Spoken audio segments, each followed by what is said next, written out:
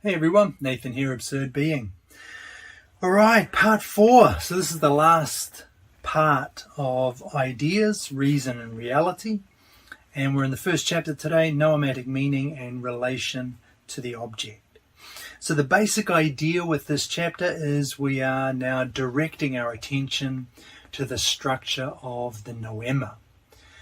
And we've talked about the noesis and the noema throughout the last chapter, but we really focused heavily on the noetic side of things. And I remember saying many times that after explaining one of these features, one of these characters, saying that this also has a noematic correlate, but we didn't really dive into that at all, or Husserl didn't. So that's what this chapter is kind of looking to remedy, investigating what this noematic correlate is. So the first thing he says is that basically we're looking at the parallels, the noematic parallels to material and quality. So up until now, material and quality have been explained from a noetic perspective. And that means that the material was understood as that raw sensory data which the noesis constitutes or forms into certain objects, and the qualities were understood in terms of characters or modifications that we looked at, all those different characters, the doxic, neutrality, secondary, and so on and so forth. So quality from a noematic perspective is essentially, Husserl says, the positing character, or the thetic character in the widest sense. So we'll look at that in a bit more meaning, in a bit more detail in a moment, but that's kind of the noematic orientation to quality. As far as material goes, the noematic parallel here is the noematic nucleus, which we've talked about a few times, that nucleus at the core of, and it's an unchanging nucleus, which is at the core of the noema. So that which remains the same across all the changing characters and modifications that we spent the whole last chapter looking at.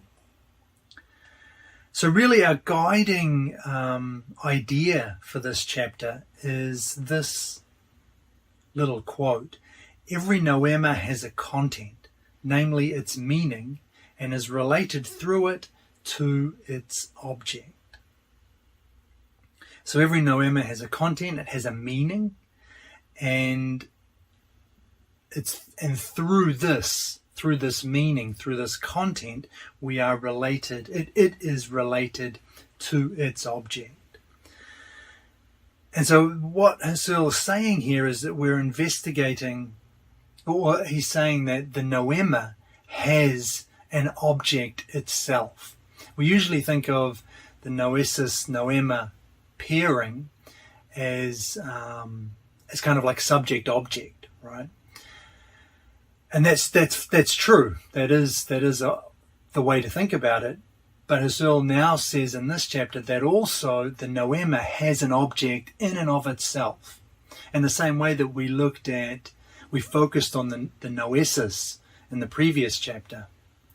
We focused on what it was, what it did, the way that it constitutes the object. And we could look at that relatively independently of the noema.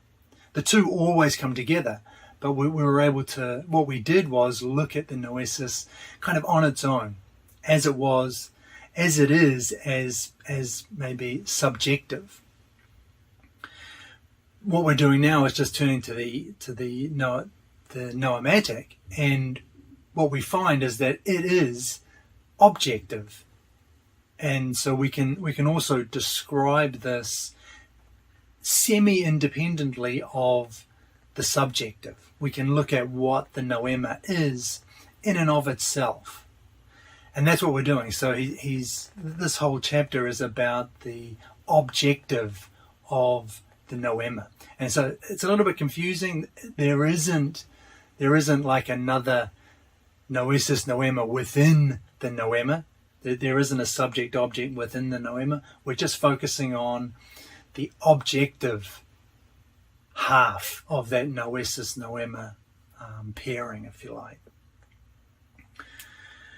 And the first thing we're going to look at then is this idea of noematic meaning, or as Husserl also calls it, content, and that's what we called it in that last little quote. So remember that meaning is an expanded term for Husserl, and it means all explicit propositions and all propositional meanings. So not just verbal expressions, it's not meaning in that restricted, limited sense that we normally take it to have. It's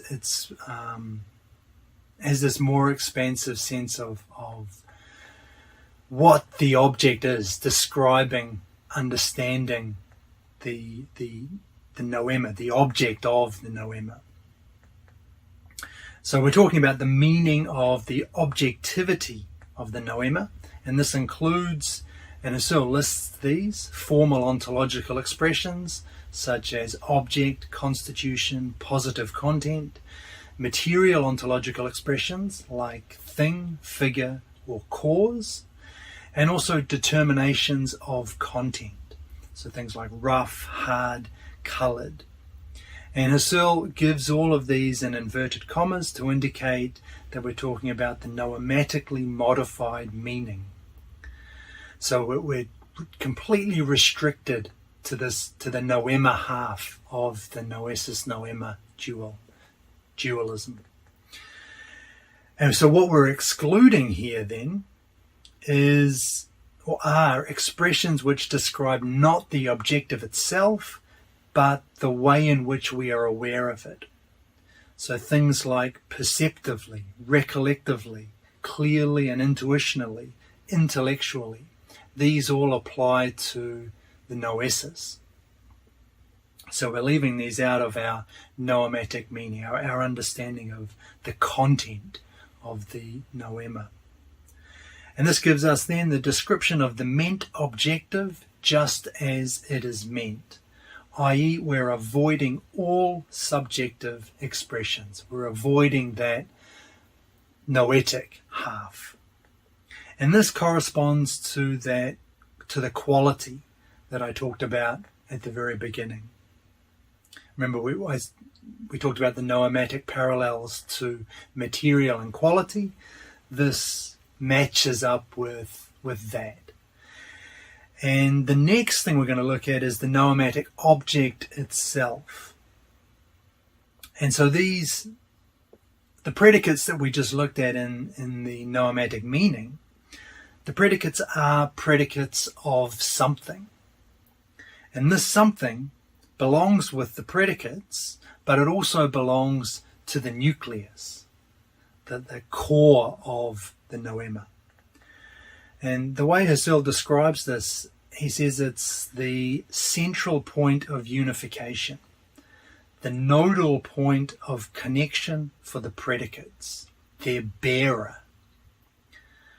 And basically it is the unchanging object that the predicates, the meaning, refer to. Husserl also calls it the determinable subject of its possible predicates, the pure X in abstraction from all predicates. So I'm just throwing these expressions at you just to try and attack this idea from as many different directions as possible, just to give a clearer idea of what it is he's talking about. So it's the noematic object is different from the predicates. It's different from the meaning or content that we just looked at, but it's also different from the nucleus. And this took me a while to figure out. The noematic object that we're talking about here, this pure X, is different from the nucleus. And that means that it doesn't quite correspond to the material I talked about at the beginning, that the material and the quality distinction that I made at the beginning, whereas the meaning correlates to the quality, the object doesn't quite correlate to the material, because the material was the noematic nucleus. And the reason I say it doesn't quite is because it kind of does in sort of a partial way, if you like.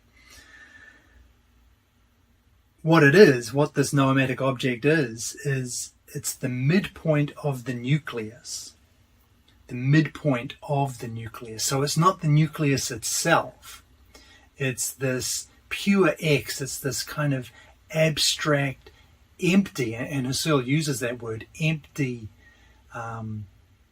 object at the core of the nucleus. And it's this which lets the nucleus be the bearer of the meaning of these propositions that we talked about before. This is a little bit clearer, I think, with a quote, so I'll throw this at you. Sundry act noemata have everywhere here a variety of nuclei, yet, despite this fact, they close up together in an identical unity, a unity in which the something, the determinable which lies concealed in every nucleus, is consciously grasped as self-identical. So, first, the act noemata. This seems to be the meaning, the propositions that describe the object. And what we're looking for here then is the way that different act noemata, can refer to the same thing, even though they're different. So what is it that binds these acts together, that means they can be about the same thing?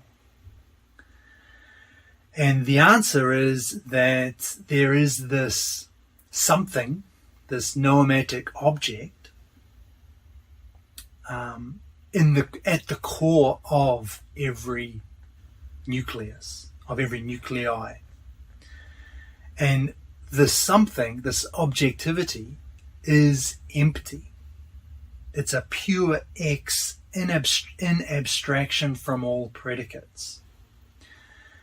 And it has to be this because if it were something determined, then it couldn't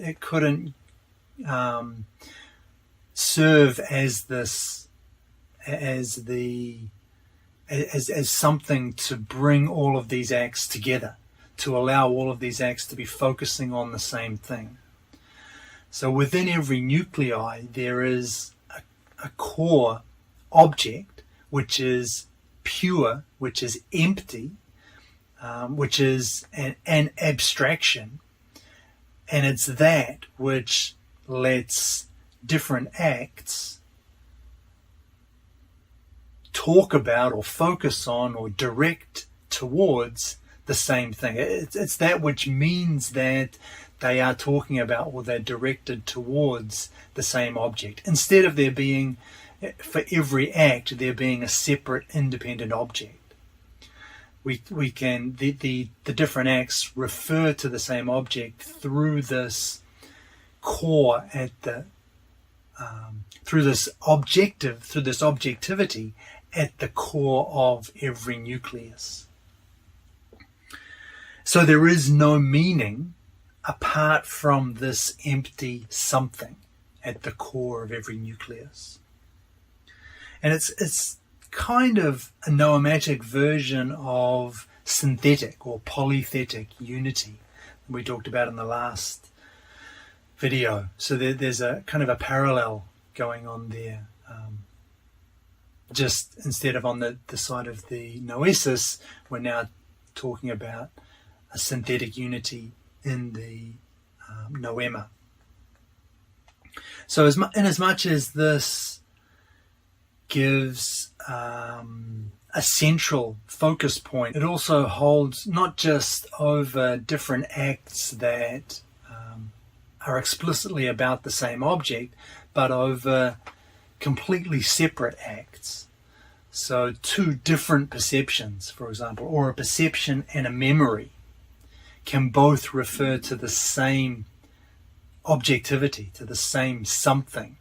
And this noematic object, this pure X, is what makes that possible, is what enables that, these different, completely separate acts to be able to refer to the same something. Then Husserl moves on to look at what he calls the apophantic formal doctrine.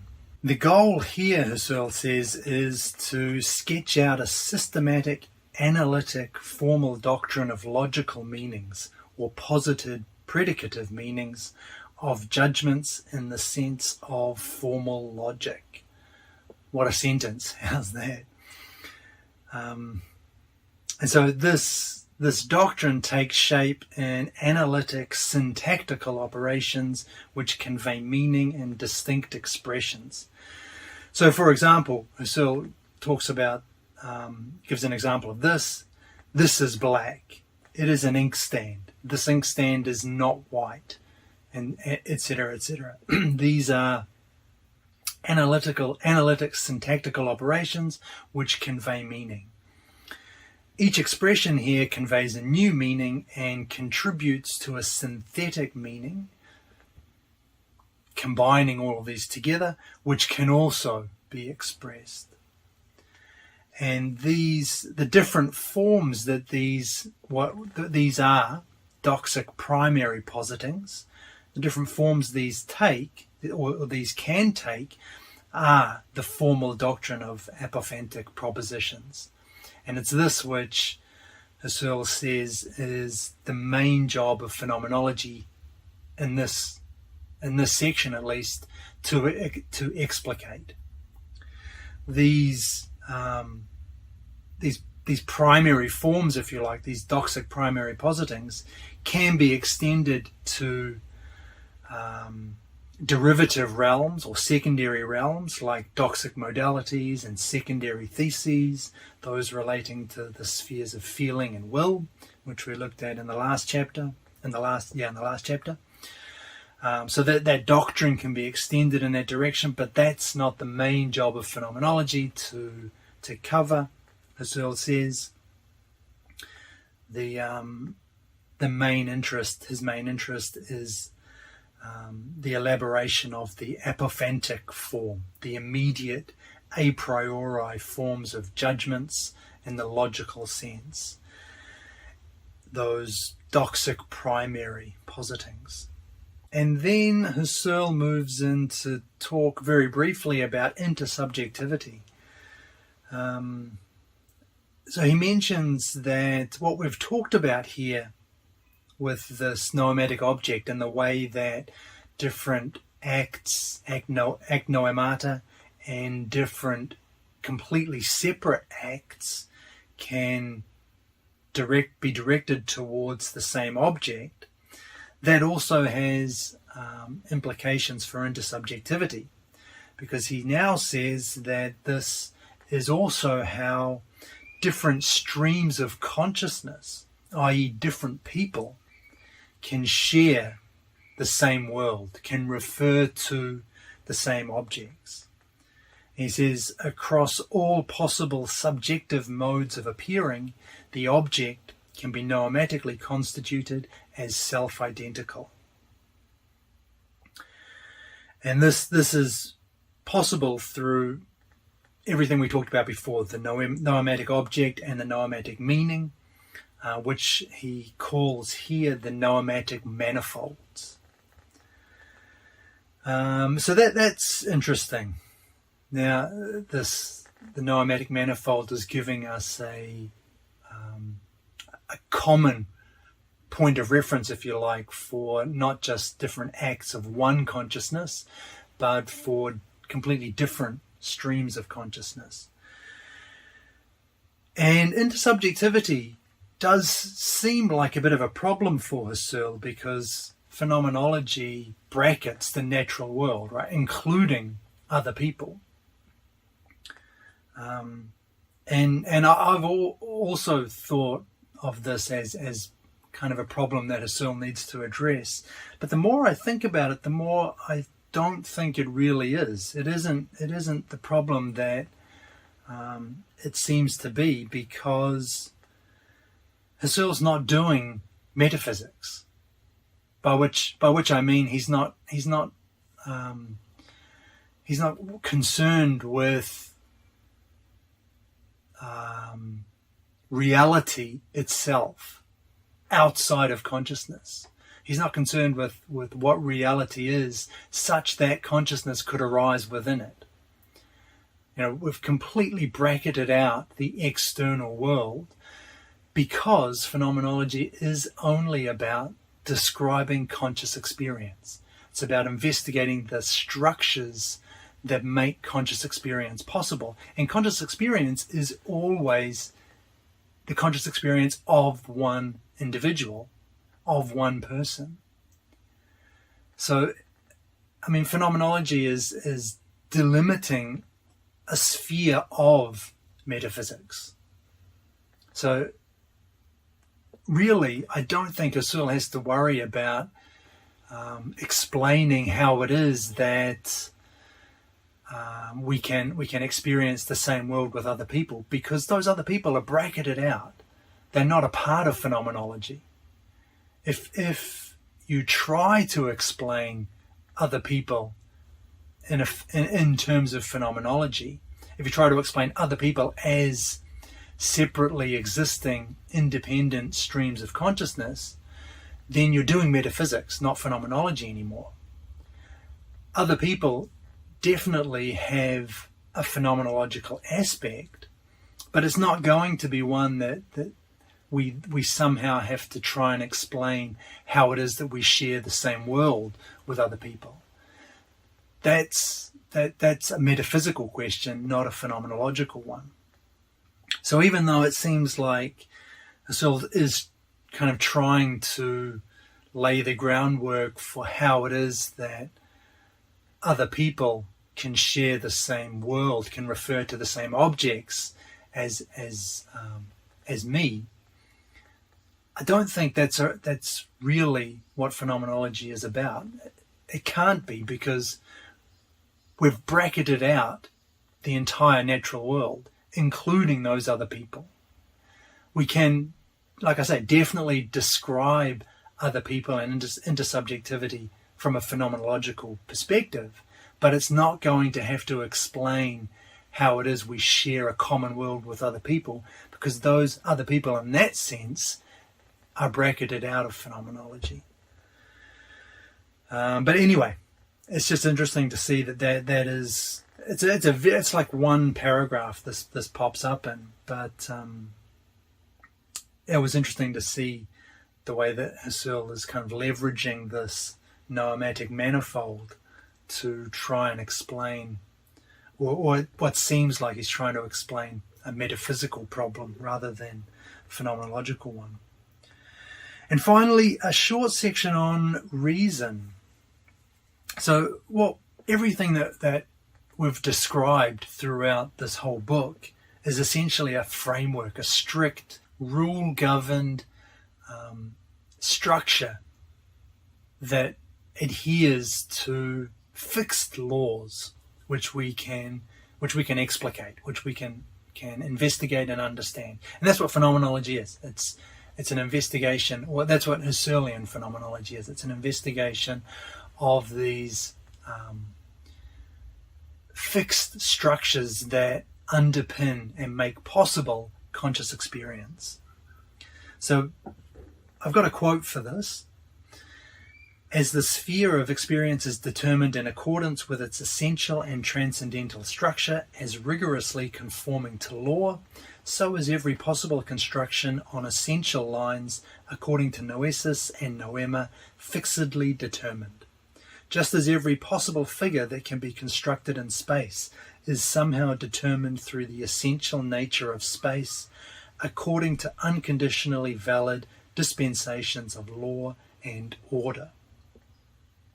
So there are possibilities in these structures, but Husserl calls them absolutely necessary possibilities. That is to say, they fit within a strict, logical, law-governed framework. And it's this which phenomenology, Husserlian phenomenology, is trying to describe, is trying to flesh out. Which is why phenomenology for Husserl is scientific, despite not being in the same realm as the natural sciences. It's even more foundational than those for Husserl, but it is still rigorous, law-governed. It's a science in every sense of the word, except for that empirical focus. And this focus, this framework, this law and order that underpins conscious experience will carry us beyond the real world objects that phenomenology has been describing by and large, things like trees and tables. We've talked about how these are constructed from a phenomenological perspective, but this will carry us beyond those to real objects also given to consciousness, but through meanings and positions, i.e. reason. And that is where we're going to pick up things in the next chapter. So let's look at a summary. First, we looked at the noematic meaning, and this is basically propositions which describe the meant objective.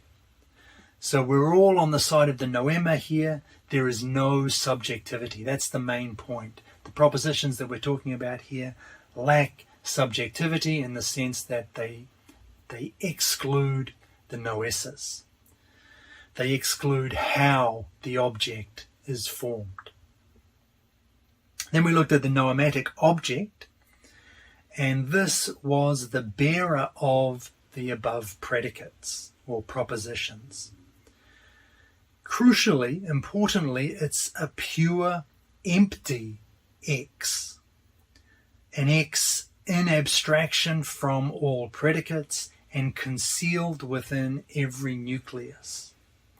So it has to be like this. It has to be pure and empty and abstract, because it's that which allows, it's that which brings unity, which allows different acts to refer to the same object. And that's the final point I have for this. It allows separated acts or even different streams of consciousness to refer to the same something. And finally, we looked at the apophantic formal doctrine, which was essentially the different forms the analytic syntactical operations may take. And those analytic syntactical operations express meaning, and what's apophantic about that is that it deals with those immediate a priori forms of judgments, the doxic primary positings, which the main job of phenomenology is not to extend those to doxic modalities and secondary theses and other forms, but to explicate these the formal doctrine in its most immediate a priori form here. And that's where we are for today. This was a tough chapter to get through, to be honest. It was tough to read and tough to summarize, actually. This was a real struggle to get through. It did kind of gel together in the end for me a little bit. I'm not sure what it's like for you listening to it, but it did seem to. It does seem as if it has kind of, things have fallen into place a little bit through the act of preparing for this video. But when I was preparing, this was a tough slog, this chapter. But anyway, we're done. Hopefully it's come together a little bit for you as well. Thanks for watching, and I'll catch you in the next one.